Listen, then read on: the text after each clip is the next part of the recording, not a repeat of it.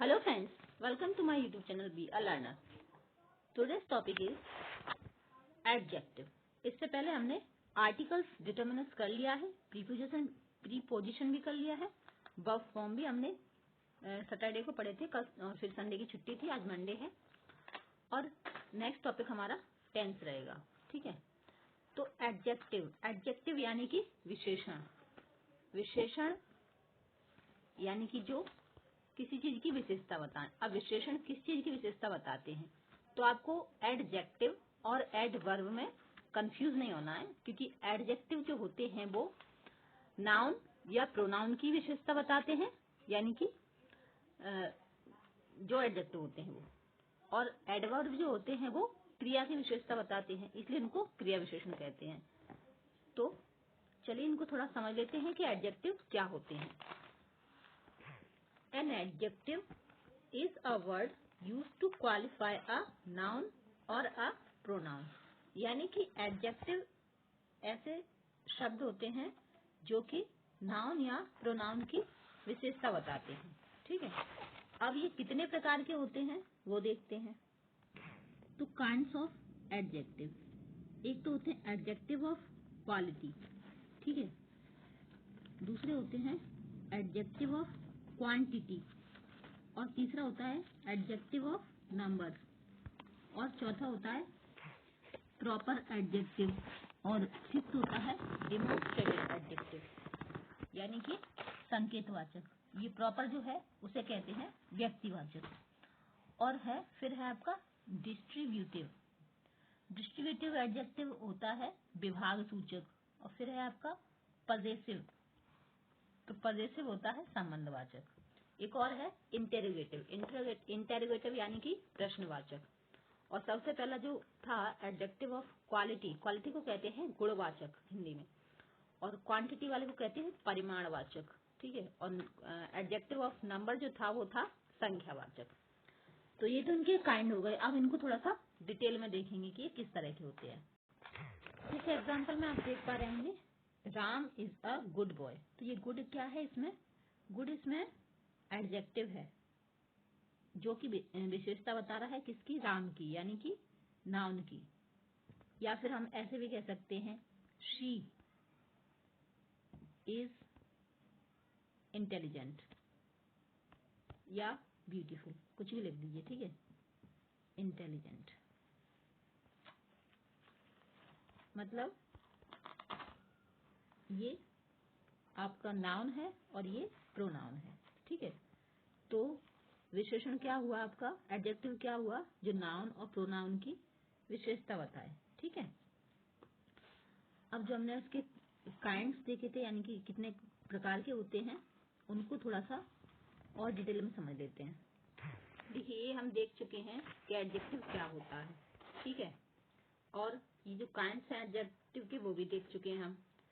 अब इनको थोड़ा डिटेल में समझेंगे कि जो एडजेक्टिव ऑफ क्वालिटी होता है, यानी कि गुणवाचक विशेषण जो है, उसके अंदर क्या क्या आता है। तो ये है आपका एडजेक्टिव ऑफ क्वालिटी, यानी कि गुणवाचक विशेषण। तो वह एडजेक्टिव जो नाउन का गुण या दोष या रंग रूप प्रकट करता है, उसे एडजेक्टिव ऑफ क्वालिटी कहते हैं। जैसे एन ऑनेस्ट मैन, यहाँ पे ऑनेस्ट क्या है, गुणवाचक विशेषण है। एडजेक्टिव ऑफ क्वालिटी, अब क्वालिटी में और क्या होता है, दो प्रकार से प्रयुक्त हो सकती है ये, कि एक तो एट्रीब्यूटिव यूज होता है इनका, कि जब किसी एडजेक्टिव का प्रयोग नाउन से पहले होता है, तो एडजेक्टिव के ऐसे प्रयोग को हम एट्रीब्यूटिव यूज कहते हैं। ठीक है, जैसे Solomon was a wise king, यहाँ पे नाउन के पहले यूज हुआ है, ये वाइज है आपका एडजेक्टिव है, ये नाउन से पहले यूज हुआ है, तो उसको एट्रीब्यूटिव यूज कहेंगे। और फिर दूसरा है प्रीडिकेटिव में क्या होता है, एडजेक्टिव का जो प्रयोग है वो वर्ब के बाद होता है। जैसे द वेदर इज प्लीजेंट, यानी कि जो मौसम है वो काफी अच्छा है, तो इसमें वर्ब के बाद हुआ है आपके एडजेक्टिव का प्रयोग, तो इसलिए इसको हम प्रीडिकेटिव कहेंगे, और जिसमें पहले होता है उसको एट्रीब्यूटिव। फिर है आपका सेकंड नंबर पे जो आता है वो है प्रॉपर एडजेक्टिव यानी कि व्यक्तिवाचक विशेषण। तो प्रॉपर नाउन से बनने वाले एडजेक्टिव को प्रॉपर एडजेक्टिव यानी कि व्यक्तिवाचक विशेषण कहते हैं। जैसे बुद्धिस्ट, मोनेस्ट्री, ब्रिटिश, रूल। यहाँ पे बुद्धिस्ट और ब्रिटिश क्या है, प्रॉपर एडजेक्टिव है। प्रॉपर एडजेक्टिव तो आप जानते ही होंगे, जो किसी पर्टिकुलर प्रॉपर बताएं किसी चीज के बारे में, तो वो होते हैं प्रॉपर। और कॉमन होते हैं जैसे सबके बारे में, जैसे कॉमन नाउन पढ़ा है उसी तरह से कॉमन और प्रॉपर हो गया यहाँ पे। फिर है आपका एडजेक्टिव ऑफ क्वांटिटी। तो क्वांटिटी कहते हैं हम परिमाण को, यानी कि मात्रा को, ठीक है। तो जिस एडजेक्टिव से वस्तु की मात्रा ज्ञात हो उसे एडजेक्टिव ऑफ क्वांटिटी यानी कि परिमाणवाचक विशेषण कहते हैं। जैसे आपका एग्जांपल है सम मिल्क, यानी यहाँ पे सम क्या है, कुछ परिमाण बता रहा है कि कितना है, कुछ मिल्क है। इनफ यानी कि पर्याप्त। Sufficient, enough oil, sufficient sugar. No manners, यहाँ सम, इनफ और सफिशिएंट जो है वो एवं नो मतलब बिल्कुल नहीं, ठीक है। एडजेक्टिव ऑफ क्वांटिटी है, यानी ये क्या बता रहे हैं, मात्रा बता रहे हैं कि कुछ है, थोड़ी है, इतनी है या बिल्कुल भी नहीं है, ठीक है। तो ये इस तरह से आपका एडजेक्टिव ऑफ क्वांटिटी हो जाता है। फिर है फोर्थ का आपका, थर्ड हो गया, फोर्थ है एडजेक्टिव ऑफ नंबर। नंबर तो सभी जानते ही होंगे, यानी कि संख्यावाचक। तो जिस शब्द से वस्तु की संख्या ज्ञात हो उसे एडजेक्टिव ऑफ नंबर कहते हैं। तो ये भी दो प्रकार के होते हैं, एक डेफिनेट और दूसरा इनडेफिनेट। डेफिनेट में क्या रहता है, जैसे डेफिनेट एडजेक्टिव ऑफ वो नंबर कहलाते हैं चूंकि निश्चित, जब वे निश्चित संख्या या व्यक्ति को संबोधित करते हैं तो उनको डेफिनेट कहते हैं। जैसे 5 boys of 5th class. Indefinite वो होते हैं जब वे निश्चित संख्या व्यक्त ना करें, तो ये इनडेफिनेट एडजेक्टिव ऑफ नंबर कहलाते हैं। जैसे फ्यू गर्ल्स, यहाँ फ्यू गर्ल्स है यानी कि पता नहीं कितनी है, 2 हैं, 4 हैं, 10 हैं, 20 हैं, पता नहीं। सेवरल बॉयज, कुछ लड़के हैं, इनकी संख्या में निश्चित नहीं पता है, वहां पे हम इनडेफिनेट एडजेक्टिव का यूज करते हैं, ठीक है। अब इसमें भी दो तरह के होते हैं, एक कार्डिनल एडजेक्टिव, इसमें रहता है निश्चित संख्यावाचक विशेषण। तो निश्चित संख्या जैसे 1, 2, 3, 4 ये इसका बोध कराते हैं। इस तरह के जो एडजेक्टिव होते हैं वो कार्डिनल एडजेक्टिव कहलाते हैं। जैसे एग्जांपल है, he has 4 pens, she has 2 books. तो ये क्या है, कार्डिनल यानी कि संख्या है, बता रहे हैं, संख्या का बोध करा रहे हैं। और दूसरा होता है ऑर्डिनल, यानी कि यहाँ 4, 2 कितना भी लगा दिया, ठीक है। ऑर्डिनल में क्या होता है, इसमें क्या है, निश्चित क्रमवाचक विशेषण होता है, निश्चित क्रम में। और ऑर्डिनल यानी कि एक ऑर्डर में, ठीक है, ऑर्डर का बोध कराते हैं, जैसे 1, 2, 3, 4, फर्स्ट, सेकंड, थर्ड, फोर्थ, इस तरह से। तो ये आप देख पा रहे होंगे। The first chapter of this book is on verb. तो आर्टिकल द आर्टिकल हम पहले पढ़ चुके हैं, जो आर्टिकल डिटर्मिनर्स का चैप्टर था उसमें, कि जो आर्टिकल द होता है उसका प्रयोग ऑर्डिनल नंबर के पहले होता है, जबकि कार्डिनल नंबर के पहले नहीं होता है। जैसे आप एग्जांपल में देखेंगे कि लेसन 1 इज ऑन वर्ब और द फर्स्ट लेसन, तो यहाँ लेसन के पहले दा नहीं लगा, लेकिन इस लेसन के पहले दा लगा है। क्यों? क्योंकि ये ऑर्डिनल है, ठीक है, और जो कार्डिनल है उसमें नहीं होता है। ऑर्डिनल यानी कि एक कोई ऑर्डर में यदि आपका लेसन रहेगा फर्स्ट, सेकंड, थर्ड, तो वहां आपको दा लगाना होगा, लेकिन ऑर्डर में नहीं है तो वहां दा की जरूरत नहीं है, ठीक है। फिर 5th नंबर का आता है डिमॉन्स्ट्रेटिव एडजेक्टिव, यानी कि संकेतवाचक, किसी चीज का संकेत देते हैं। तो जो एडजेक्टिव अपने तुरंत बाद प्रयुक्त नाउन की ओर संकेत करें उसे डिमॉन्स्ट्रेटिव एडजेक्टिव कहते हैं। जैसे दिस बॉय यानी कि वह लड़का, दैट ग्रुप वह ग्रुप, दीज पीपुल ये लोग, दोज कंट्रीज वो कंट्रीज। तो यदि दिस, दैट, दीज, दोज की तुरंत बाद नाउन है तो ये शब्द आपके कहलाएंगे डिमॉन्स्ट्रेटिव एडजेक्टिव, और इनके तुरंत बाद वर्ब है तो इनको डिमॉन्स्ट्रेटिव प्रोनाउंस कहेंगे, ठीक है। जैसे ये है आपके डिमॉन्स्ट्रेटिव एडजेक्टिव। एडजेक्टिव कौन कौन से हैं? This girl. अब यहाँ पे क्या है, adjective this girl is good. तो ये डिमॉन्स्ट्रेटिव एडजेक्टिव क्यों है? क्योंकि यहाँ यह लड़की, नाउन पे ज्यादा फोकस किया जा रहा है, ठीक है, लड़की की विशेषता बताई जा रही है यहाँ से, दिस गर्ल इज गुड, ठीक है। और ये डिमॉन्स्ट्रेटिव प्रोनाउन है, क्योंकि this is a good girl, यह this is a good girl, is है वो प्रोनाउन है, ठीक है। इसी तरह say that pain is new, तो यहाँ पेन की विशेषता बता रहे हैं, that is a new pen, ये नया पेन है। These are white shirt, the shirts are white, तो ये एग्जाम्पल आप देख पा रहे होंगे, ये डिमॉन्स्ट्रेटिव प्रोनाउन है और ये डिमॉन्स्ट्रेटिव एडजेक्टिव है। फिर है आपका डिस्ट्रीब्यूटिव, डिस्ट्रीब्यूटिव एडजेक्टिव यानी कि विभाग सूचक। तो जो एडजेक्टिव किसी वर्ग की प्रत्येक वस्तु या व्यक्ति को संबोधित करें उसे डिस्ट्रीब्यूटिव एडजेक्टिव कहते हैं।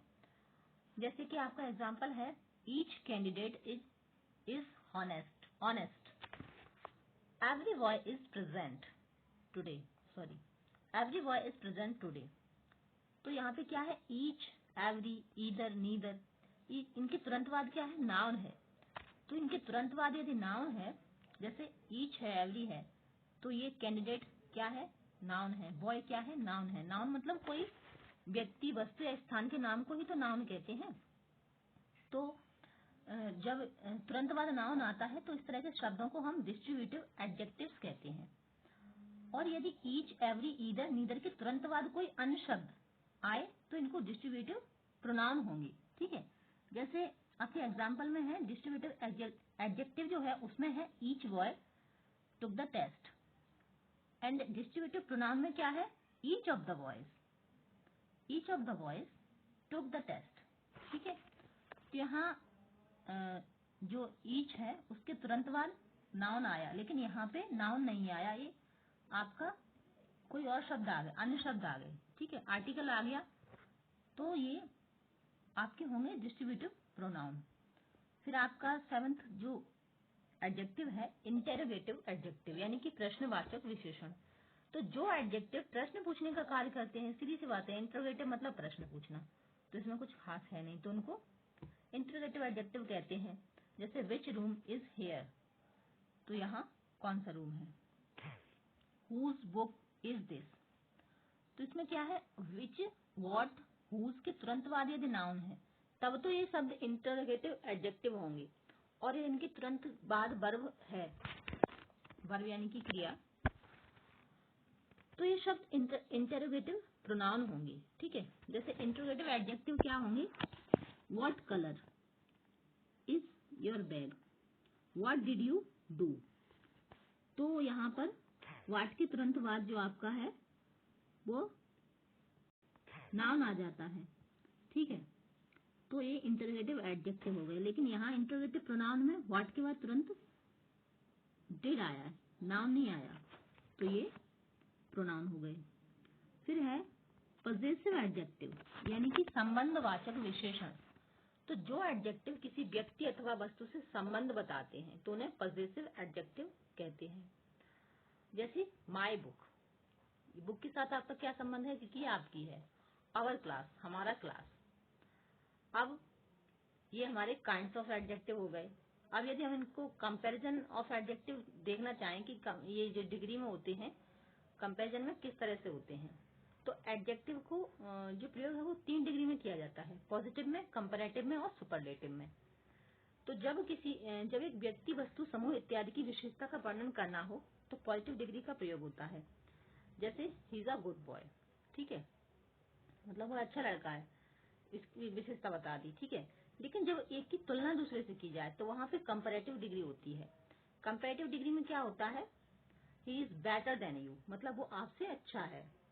लेकिन जब सब में से किसी एक का चुनाव किया जाए तब सुपरलेटिव डिग्री होती है। जैसे 2 से ज्यादा लोग हैं, 3 से ज्यादा लोग कह सकते हैं, 2 से 3 से, तो वहां पे सुपरलेटिव डिग्री आएगी। जैसे he is the best student of my class, मतलब पूरे क्लास में कंपेरिजन हो रहा है, तो वहां पे सुपरलेटिव डिग्री आएगी। अब इनको रूल्स के द्वारा देख लेते हैं, क्योंकि सब याद तो होती नहीं है, याद करना पॉसिबल भी नहीं है और रट्टा लगाना भी नहीं चाहिए, क्योंकि समझने से चीजें समझ आ जाएं तो ज्यादा बेहतर होता है। रटने से फिर मगअप नहीं करना है ना हमें। तो अब यहाँ पे एक रूल ये कहता है, रूल नंबर जो 1 है, कि किसी एडजेक्टिव को जो कंपैरेटिव डिग्री बनाने के लिए हमें क्या करना है, पॉजिटिव डिग्री में ER लगाया जाता है, और सुपरलेटिव डिग्री बनाने के लिए पॉजिटिव डिग्री में EST लगा देते हैं। जैसे आप बोल्ड है, ये आपकी पॉजिटिव है, ठीक है। तो जब इसको कंपैरेटिव डिग्री बनाना है तो ER लगा दो, बोल्डर हो गया, ठीक है। जब इसको सुपरलेटिव बनाना है तो बोल्ड में ही EST लगा दो, तो इस तरह से आपकी सुपरलेटिव बन जाएगी। ऐसे ही डीप है, ER लगा दो, कंपैरेटिव बन जाएगी, EST लगा दो, सुपरलेटिव बन जाएगी। हाई में ER लगा दो, कंपैरेटिव बन जाएगी, EST लगा दो, तो इस तरह से बन जाएगी। स्ट्रॉन्ग है, थिक है और वीक है। Strong, stronger, strongest, thick, thicker, thickest, weak, weaker, weakest. अब रूल नंबर 2 है, वो ये कहता है कि यदि आपकी पॉजिटिव डिग्री के अंत में E है, ये किसके लिए था? जब आपकी पॉजिटिव डिग्री में क्या होता है, सामान्यतः था ना, इसमें सामान्यतः ऐसे लगाने से बन जाता है, लेकिन यदि आपकी जो पॉजिटिव डिग्री है वो E पर खत्म हो रही है और E पर खत्म हो रही है, तो क्या करेंगे, इसको केवल R लगा देंगे, ठीक है, कंपैरेटिव बनाने के लिए, और सुपरलेटिव में ST लगा देंगे। जैसे एवल है, E पर खत्म हो रहा है एवल, तो एवलर बन जाएगा ER लगा के, एवलेस्ट EST लगा देंगे, ठीक है।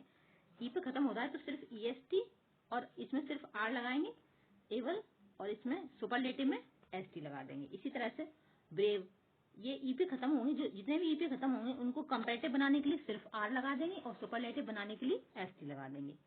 Fine, finer, finest, noble, nobler, noblest, true, truer, truest, wise, wiser, wisest.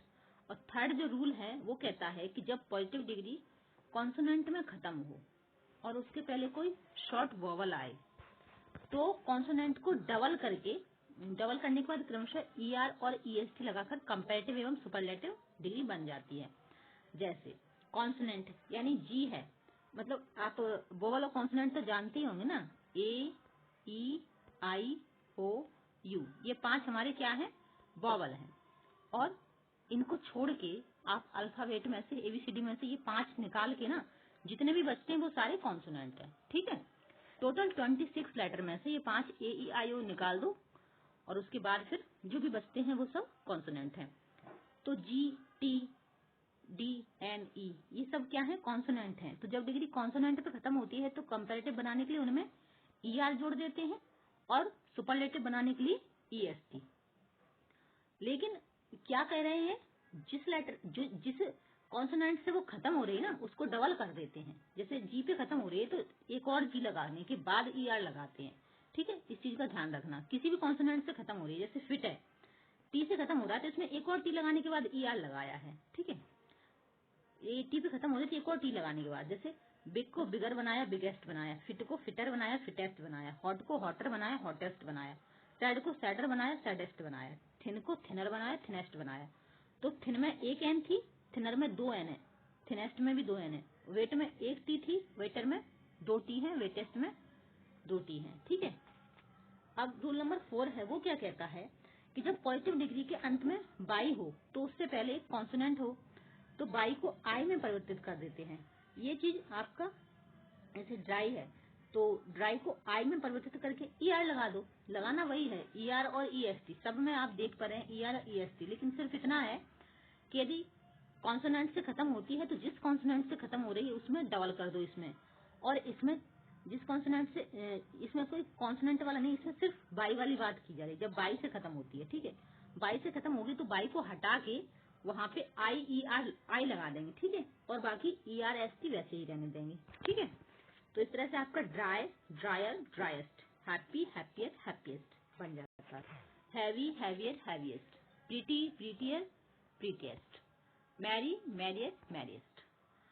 तो अगर बाई के पहले वोवल हो तो सिर्फ ER या EST लगा देते हैं।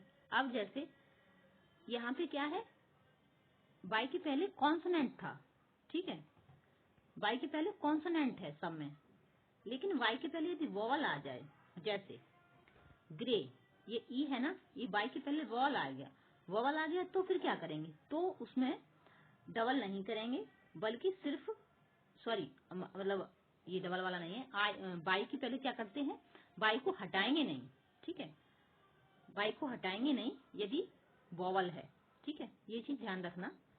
यदि बाई से पहले वोवल है, कॉन्सोनेंट है, तो बाई को हटा के IER, IEST लगा देंगे। लेकिन यदि वोवल है तो बाई को हटाएंगे नहीं, बल्कि सिर्फ ER और EST लगा के हम कंपैरेटिव और सुपरलेटिव डिग्री बना देते हैं। ठीक है। अब रूल नंबर 5 कहता है कि दो शब्द खंड, यानी कि कोई शब्द होता है ना, जैसे ब्यूटीफुल, इसको हम क्या करते हैं, सिलेबल में बांट लेते हैं। पढ़ने के लिए बच्चों को, जब हम बचपन में पढ़ाते हैं ना बच्चों को, तो एकदम इतने बड़े बड़े लेटर वो पढ़ नहीं पाते ना, तो छोटे छोटे सिलेबल में काट के हम पढ़ाते हैं। ठीक है।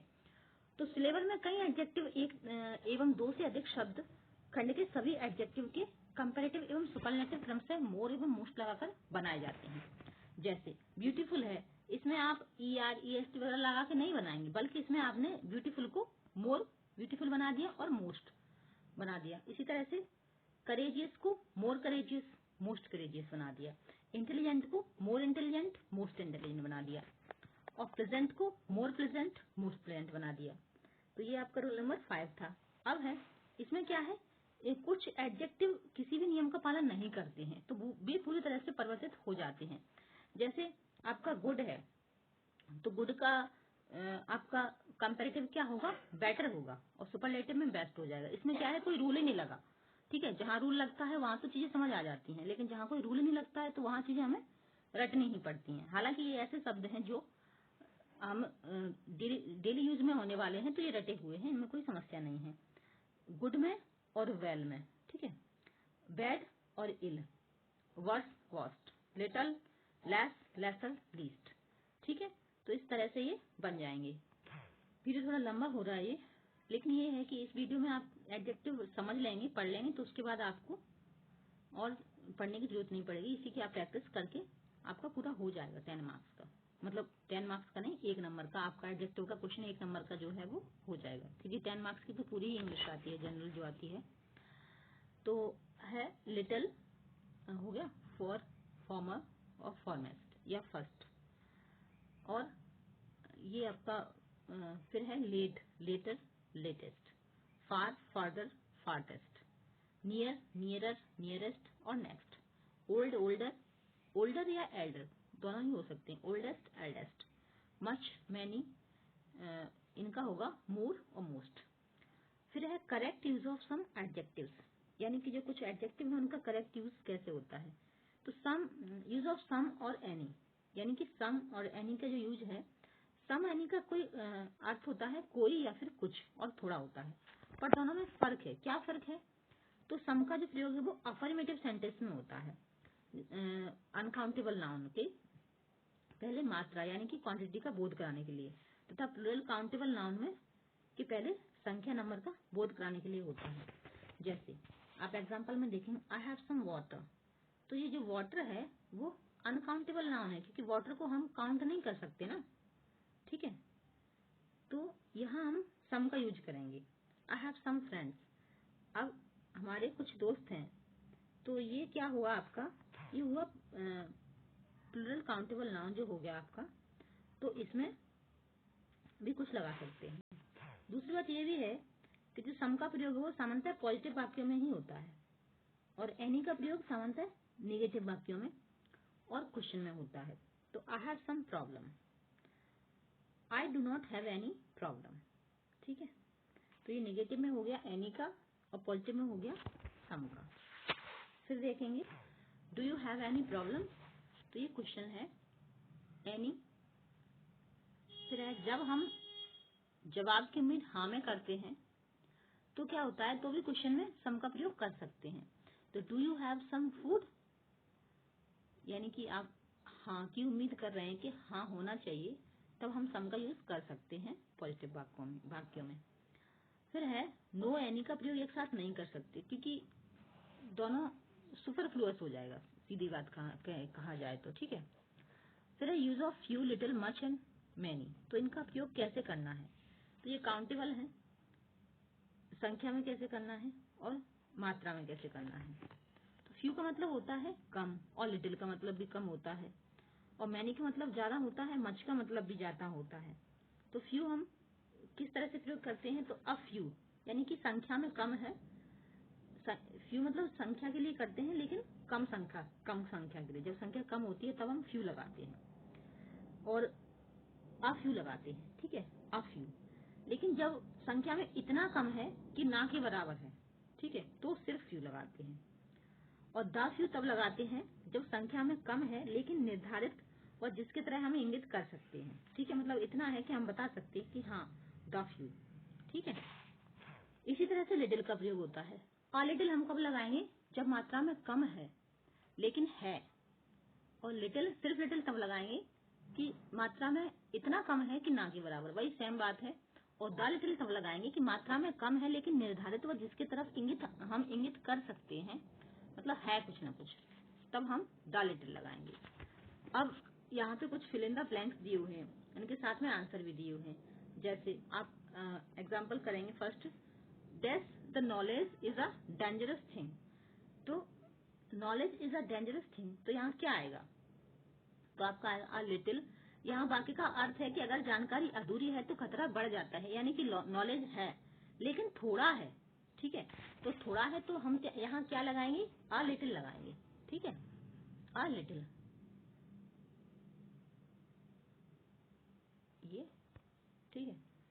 दूसरा है the doctor advised him to rest for dash days, यानी कि a few days countable noun है, अतः फ्यू का इस्तेमाल होगा, ना कि लिटिल का। तो यहाँ आप देख पा रहे हैं कि डेज है, इसलिए क्या होगा? फ्यू लगेगा, क्योंकि ये काउंटेबल है ना। और लिटिल लगता है किस लिए? आपका अनकाउंटेबल में, ठीक है, तो लिटिल का यहाँ प्रयोग नहीं होगा। तो डॉक्टर ने कुछ एक दिन की आराम की सलाह दी है, अतः ये फ्यू का प्रयोग हम कर सकते हैं, ठीक है। यहाँ पे आप आ फ्यू लगा सकते हैं। फिर थर्ड है हमारा dash water, I kept for you has been finished by him. तो यहाँ पे आपका द लिटिल वाटर अनकाउंटेबल है, लेकिन जो थोड़ा सा पानी मैंने आपके लिए रखा था वह डेफिनेट है, अतः द लिटिल का प्रयोग करेंगे, मतलब है मात्रा में निर्धारित से मतलब रखा था, थोड़ा सा तो है ना, तो इसलिए क्या करेंगे? द लगाएंगे यहाँ पे, ठीक है, द लिटिल। तो यहाँ पे आपका आ जाएगा थर्ड में द लिटिल। फिर फोर्थ क्वेश्चन है the show was cancelled as dash people turn up to see it. तो यहाँ फ्यू, जब ना के बराबर लोग आएंगे तभी शो कैंसिल होगा, अतः फ्यू का प्रयोग होगा। यहाँ जो था ना इतना कम कि ना के बराबर, ठीक है, आप भी देख पा रहे हैं ना के बराबर, तभी तो शो कैंसिल होगा जब ना के बराबर लोग आएंगे। तो the show was cancelled as few people turned up to see it. फिर फिफ्थ है I can not prepare tea for you, there is dash milk in the refrigerator. तो यहाँ पे लिटिल आएगा, तो जब मिल्क ना के बराबर हो तो चाय नहीं बन सकती है, इसलिए आपका लिटिल आएगा, क्योंकि ये अनकाउंटेबल है, ठीक है। तो मुझे लगता है आपको समझ आ गया होगा। तो क्वांटिटी और नंबर शब्द के साथ में लिटिल और फ्यू का प्रयोग नहीं हो सकता है, इनके साथ स्मॉल का प्रयोग होता है। किसके साथ? क्वांटिटी और नंबर के साथ। आप जैसे आप बता रहे हैं little quantity of food was wasted, तो यहाँ क्वांटिटी का प्रयोग गलत है, जैसा कि आप देख पा रहे हो। स्मॉल क्वांटिटी, यहाँ स्मॉल लगाएंगे, लिटिल लगाना यहाँ पे ठीक नहीं लगेगा सेंटेंस में, ठीक है, गलत हो जाएगा आपका ग्रामेटिकली। तो small quantity of food was wasted, तो यहाँ ये करेक्ट हो जाएगा। अब एडजेक्टिव में रूल नंबर 1 है कि as dash as and so as so, sorry so dash, ये एज के बीच में ना एडजेक्टिव एडवर्ब की पॉजिटिव डिग्री का प्रयोग करें। कैसे करें? तो he is good, he is as good, यहाँ पे क्या हो रहा है? आपकी पॉजिटिव डिग्री लगानी है, he is as good as his brother, मतलब वो उतना ही अच्छा है या उसी तरह से अच्छा है जैसे उसका भाई है, ठीक है। तो गुड यहाँ पे क्या है? एडजेक्टिव है। He ran as fast as he could, मतलब वो इतना तेज दौड़ रहा था जितना कि वो दौड़ सकता था, ठीक है। फिर है रूल नंबर 2 कि कंपैरेटिव डिग्री में एडजेक्टिव या देन का प्रयोग होता है, देन के पहले हमेशा कंपैरेटिव डिग्री का प्रयोग होता है। जैसे he is better than his brother, तो देन के पहले हमेशा ER का प्रयोग होता है, ठीक है। यानी कि कौन सी डिग्री है आपकी? कंपैरेटिव डिग्री, ठीक है।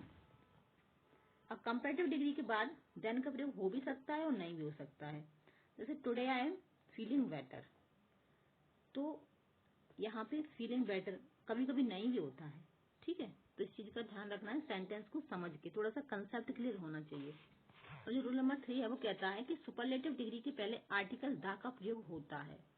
तो ही इज द बेस्ट, ठीक है। Player of the team, he is the best player of the team. तो जब हम प्लेयर यानी कि ये सुपरलेटिव डिग्री लगा रहे हैं ना, तो वहां पे सॉरी ये बेस्ट जो है वो सुपरलेटिव डिग्री है। तो जब भी सुपरलेटिव डिग्री लगाते हैं तो दा का प्रयोग करते हैं, आर्टिकल दा का सुपरलेटिव में, ठीक है। गुड, बेटर, बेस्ट, बेस्ट क्या है? सुपरलेटिव है, ठीक है। फिर रूल नंबर 4 कहता है अगर सिर्फ दो व्यक्ति, वस्तु इत्यादि के बीच में से एक का चुनाव किया जाए तो सुपरलेटिव डिग्री का प्रयोग नहीं होता है।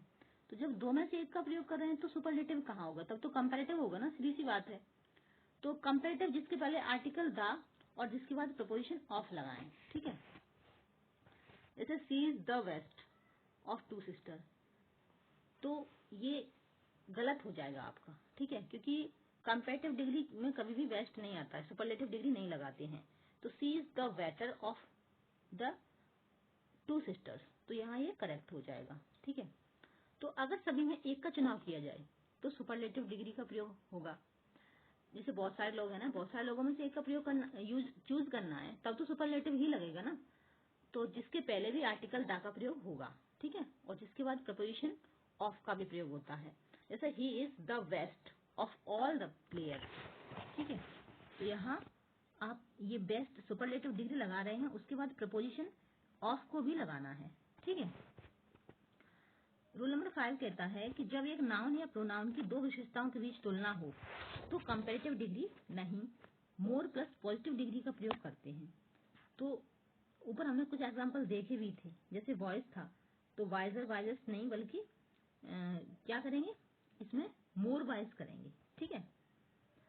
दो विशेषताओं के बीच तुलना हो रही है ना, जैसे कि ही इज वाइजर देन नहीं होगा, he is more wise then intelligent. मतलब वो जो वाइज शब्द होता है, इंटेलिजेंट होते हैं दोनों। इंटेलिजेंट होता है आपकी होशियारी के लिए, लेकिन वाइज होती है बुद्धिमत्ता के लिए, ठीक है। तो दोनों में कंपैरिजन जब किया जा रहा है तो मोर लगेगा, मतलब ज्यादा है उसके अंदर, बुद्धिमत्ता ज्यादा है इंटेलिजेंट लेवल की अपेक्षा, ऐसा कह सकते हैं। रूल नंबर 6 कहता है कि तुलना करते समय दूसरा पहले को या अन्य सभी को एक्सक्लूड करने के लिए एनी अदर का प्रयोग करता है। जैसे gold is more precious than any metal, तो ये आपका गलत हो जाएगा, लेकिन करेक्ट जो होगा वो gold is more precious than any other metal, ठीक है। तो आपको अदर लगाना ही होगा, ठीक है। जैसे diamond is more precious than any metal, तो यदि यहाँ पे जो बाकी दिए गए हैं दोनों ही करेक्ट हैं, तो डायमंड क्या है? मेटल नहीं है, ठीक है। डायमंड मेटल तो है नहीं, इसलिए यहाँ आपको अदर लगाने की जरूरत नहीं पड़ी सेकंड सेंटेंस में।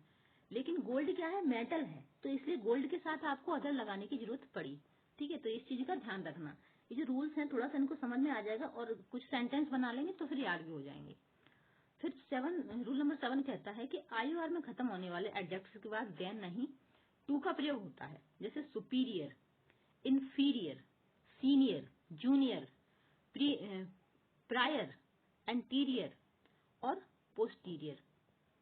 तो he is senior than me, replace than by to, ठीक है। फिर यहाँ पे इस तरह से हम इसको रिप्लेस कर सकते हैं, he is senior to me, ठीक है। फिर रूल नंबर 8 है कि adjective interior, exterior, ulterior, major, minor, empty, excellent, circular, extreme, chief, entire, complete, perfect, final, last, unique, universal, round, square, triangular, internal, everlasting, ideal और absolute, impossible और supreme का प्रयोग comparative या सुपरलेटिव डिग्री में नहीं होता है। तो ये जो सारे सेंटेंस आपको दिए हुए हैं, शब्द हैं, वर्ड्स हैं, उनके साथ में आपका सुपरलेटिव डिग्री नहीं होगा। जैसे आप ऐसे नहीं लिख सकते हैं कि this is more inferior to that, ये आपका गलत हो जाएगा। This is inferior to that, तो यहाँ इस तरह से इसमें मोर नहीं लगेगा, तो ये करेक्ट हो जाएगा। ठीक है, तो good deeds are more everlasting, तो इसमें क्या है, मोर हटा देना है, तब ये करेक्ट हो जाएगा। ठीक है, गुड डीड्स आर एवरलास्टिंग। ठीक है, तो कुछ एडजेक्टिव्स का प्रयोग सिर्फ पॉजिटिव एवं सुपरलेटिव डिग्री में होता है, कंपैरेटिव में नहीं होता है। जैसे टॉप, ये सुपरलेटिव में ही होगा, आपका टॉप का टॉपर नहीं होगा, top most. Northern, northern most. Southern, southern most. इसमें आपका कंपैरेटिव डिग्री में नहीं लगा सकते, नहीं भी होता इन चीजों का, इन शब्दों का। ठीक है, eastern, eastern most. Western, western most. ठीक है, फिर है कि एडजेक्टिव प्रेफरेबल का प्रयोग कंपैरेटिव डिग्री में होता है, तो इसके साथ टू का प्रयोग होता है, ना कि देन और मोर का प्रयोग इसके साथ नहीं हो सकता। प्रिफर वर्ब के साथ भी टू का प्रयोग ही होता है। ठीक है, this is more preferable than that, तो ये आपका गलत हो जाएगा। This is preferable to that. ठीक है, तो ये आपका करेक्ट है, यहाँ देन नहीं लगाते हैं। ठीक है, सिर्फ टू का प्रयोग करते हैं देन की जगह। तो प्रेफर के साथ टू के स्थान पर रेदर देन का प्रयोग भी हो सकता है। जैसे आई प्रेफर टी और coffee, I prefer tea rather than coffee. ठीक है, तो यहाँ आपने प्रेफर के साथ टू के स्थान पर रेदर देन का प्रयोग भी स्वीकार्य है, ये भी आपका करेक्ट ही रहेगा। ठीक है, रूल नंबर 11 है कि अगर एक ही नाउन या प्रोनाउन के लिए दो एडजेक्टिव का प्रयोग हो तो दोनों को एक कंजंक्शन से जोड़ देते हैं, तो दोनों एडजेक्टिव्स एक ही डिग्री में होने चाहिए। जैसे Gandhi ji was the noblest and wiser of all the leaders, तो ये करेक्ट नहीं है, गलत हो जाएगा। लेकिन Gandhi ji was the noblest and wisest, ठीक है, ये दोनों ही सुपरलेटिव है। ठीक है, ऑफ द लीडर, ये आपका करेक्ट हो जाएगा। तो दोनों को ये क्या है, तो आपको समझ आएगा कि यहाँ पे कंजंक्शन के साथ जोड़ा जा रहा है, तो फिर वहां पे आपका दोनों जो डिग्री है वो एक ही डिग्री में होनी चाहिए, दोनों ही सुपरलेटिव होनी चाहिए। ठीक है, रूल नंबर 12 कहता है कि कुछ एडजेक्टिव्स के पहले दा का प्रयोग करने पर एडजेक्टिव प्लूरल कॉमन नाउन बन जाता है, तो इनके बाद प्लूरल वर्ब का प्रयोग होता है। जैसे कि rich, poor, needy, aged, blind, dead, meek और विक्ड। तो the rich people usually exploit the poor, यानी कि पुअर पीपल। अब रूल नंबर 13 है, सामान्यतः वर्ब को एडवर्ब यानी कि मॉडिफाई करते हैं।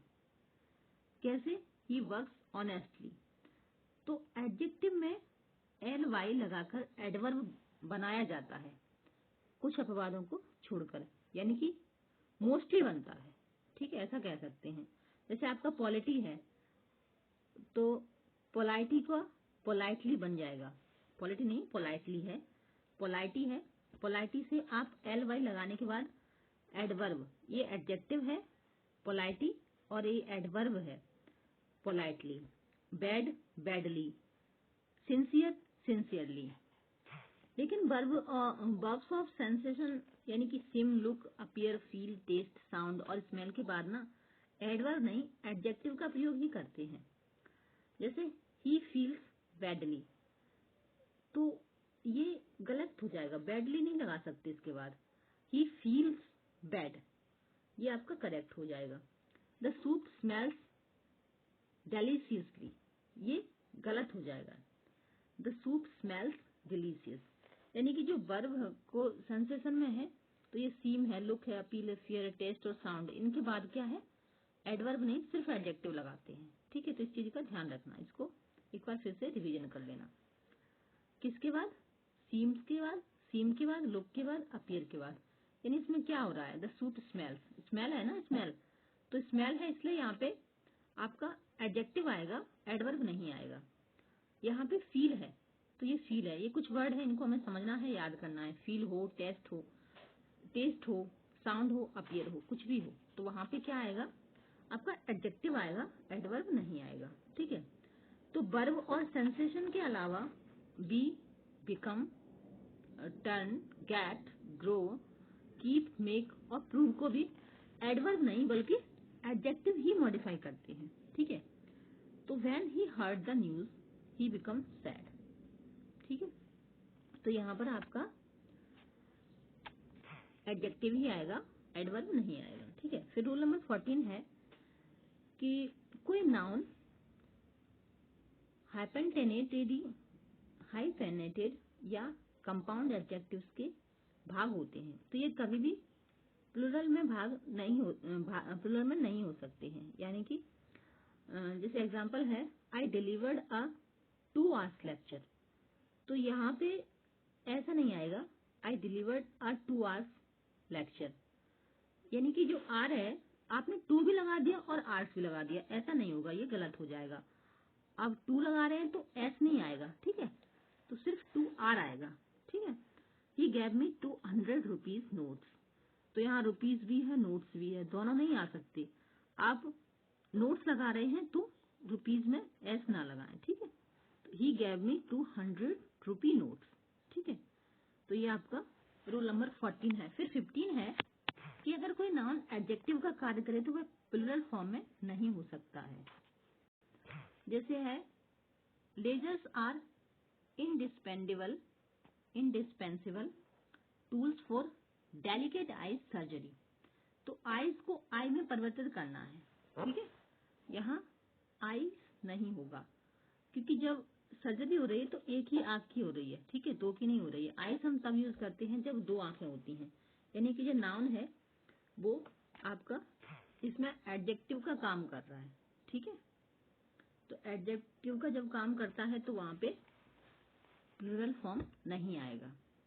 फिर है कि कुछ एडजेक्टिव्स अर्थ में कंफ्यूजन होते हैं, तो होता है इनका प्रयोग सावधानी पूर्वक करना चाहिए। जैसे फादर एंड फर्दर, तो फादर का अर्थ दूरी में और अधिक है, और she lives at the further end of the lane, और फर्दर का अर्थ है और, तो जैसे I did not receive any further order. फिर उसी तरह से लास्ट और लेटेस्ट, तो लास्ट का अर्थ भी आखिरी है। The last ruler of Mughal empire was Bahadur Shah Zafar, latest का अर्थ है नवीनतम, तो what is the latest score. और एल्डर और ओल्डर, तो एल्डर और ओल्डर का अर्थ है खून के रिश्तों में बड़ा, यानी कि बड़ा भाई हो सकता है, बड़ी बहन हो सकती है। ठीक है, तो he is my elder brother, तो एल्डर और ओल्डर का अर्थ है उम्र में बड़ा, सॉरी ओल्डर और ओल्डेस्ट का।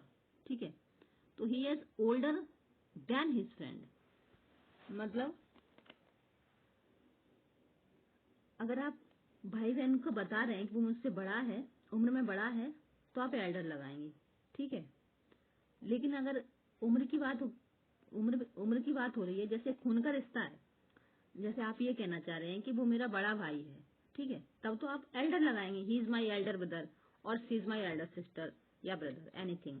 लेकिन आप एज में बड़ी बात कर रहे हैं, एज की बात कर रहे हैं, तो वहां पे ओल्डर लगेगा। ठीक है, तो इसलिए कंफ्यूज मत होना, चाहे वो फ्रेंड हो या कुछ भी हो। ठीक है, फिर है नियरेस्ट और नेक्स्ट, तो नियरेस्ट का अर्थ होता है सबसे नजदीक, तो which is the nearest hospital, तो नेक्स्ट का अर्थ है अगला।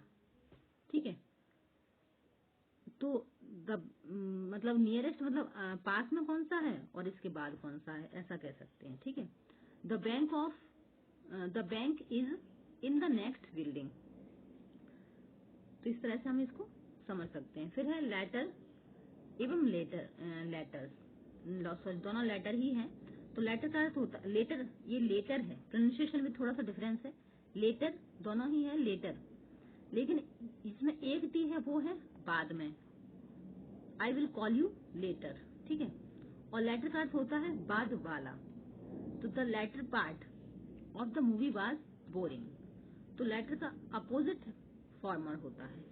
ठीक है, उल्टा। फिर रूल नंबर 17 है ऑल एवं बोथ के बाद ही पजेसिव केस का प्रयोग हो सकता है, या तो वहां पे ऑल हो या बोथ हो, अदरवाइज नहीं। जैसे आप my all friends have got selected, तो ये आपका गलत हो जाएगा। माई ऑल फ्रेंड नहीं होगा, ऑल माई फ्रेंड्स, ऐसा करके आपका all my friends have got selected, ये आपका करेक्ट हो जाएगा सेकेंड वाला। रूल 18 है अगर एक वाक्य में एडजेक्टिव की पॉजिटिव एवं कंपैरेटिव डिग्री दोनों का प्रयोग हो तो एज एवं देन दोनों का प्रयोग होगा। एज सो एज के साथ पॉजिटिव डिग्री का प्रयोग होता है और देन के साथ कंपैरेटिव डिग्री का। तो ये चीज ध्यान रखना है कि he is as intelligent as if not more than his brother. ठीक है।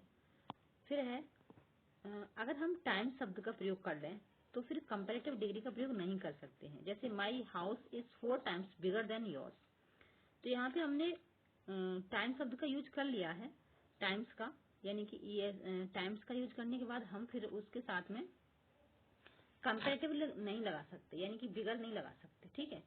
तो my house is 4 times as big as yours, तो ये आपका करेक्ट हो जाएगा। यहाँ बिगर नहीं बिग आ जाएगा। ठीक है। कंपैरिजन नहीं कर सकते जब हम टाइम लगा रहे हैं, मतलब सुपरफ्लुअस हो जाएगा एक तरह से देखा जाए कि आप ये भी बता रहे हो कि 4 टाइम बड़ा है और फिर भी आप बिगर बोल रहे हो। ठीक है। तो ये आपका गलत हो जाएगा। देखने में भी तो, पढ़ने में भी, अगर आप जैसे कि आप डेली रीडिंग कर रहे हैं इंग्लिश की बुक्स की, तो आप देखते हैं तो आपको खुद ही देख के समझ आ जाएगा कि ये रॉन्ग है। ठीक है। फिर रूल नंबर 20 है अगर एडजेक्टिव के साइज, कलर और एज इत्यादि का प्रयोग एक साथ हो तो निम्नलिखित क्रम में होंगे। जैसे size, shape, age, colour, emotion और नेशनलिटी और मटेरियल। फिर जैसे कि आप देखते हैं the police arrested a 22 years old black American negro, तो इसमें आपका पहले एज आया, फिर कलर आया, फिर नेशनलिटी आई। ठीक है। तो ये एक सबसे पहले आपका आएगा साइज, फिर आएगा शेप, फिर आएगी एज के बाद आपका आएगा कलर। तो यदि ये सारी चीजें हैं उनका शेप आपको समझना होगा, पहले साइज, शेप, एज, कलर, फिर इमोशन, फिर नेशनलिटी, फिर मटेरियल। ठीक है। The thief flashed a big sharp, अब ठीक है, पहले ठीक समझिए। तो the thief flashed a big sharp knife and asked the cashier to fill the black leather, तो ये साइज हो गया, शेप हो गई और ये कलर हो गया, फिर ये मटेरियल हो गया। ठीक है। इनको हम एक सीक्वेंस में ही यूज कर सकते हैं। ठीक है। रूल नंबर 21 है कि 2 कंपैरेटिव एवं 2 सुपरलेटिव डिग्री का प्रयोग एक साथ नहीं हो सकता है। ठीक है। ना तो दोनों कंपैरेटिव एक साथ आएंगी, ना 2 सुपरलेटिव। जैसे कि he is the most cleverest, तो ये मोस्ट और क्लेवरेस्ट दोनों एक साथ लगा दिए, इस तरह से नहीं लगा सकते, तो ये रॉन्ग हो जाएगा। He is the cleverest of all the officers, इस तरह से आ जाएगा। He is more better than that, तो ये भी रॉन्ग है आपका।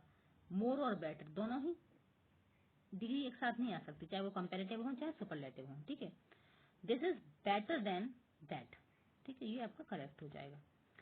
फिर रूल है 22, जब 2 एडजेक्टिव के साथ अलग अलग प्रपोजिशन की आवश्यकता हो तो उपयुक्त प्रपोजिशन का प्रयोग करें।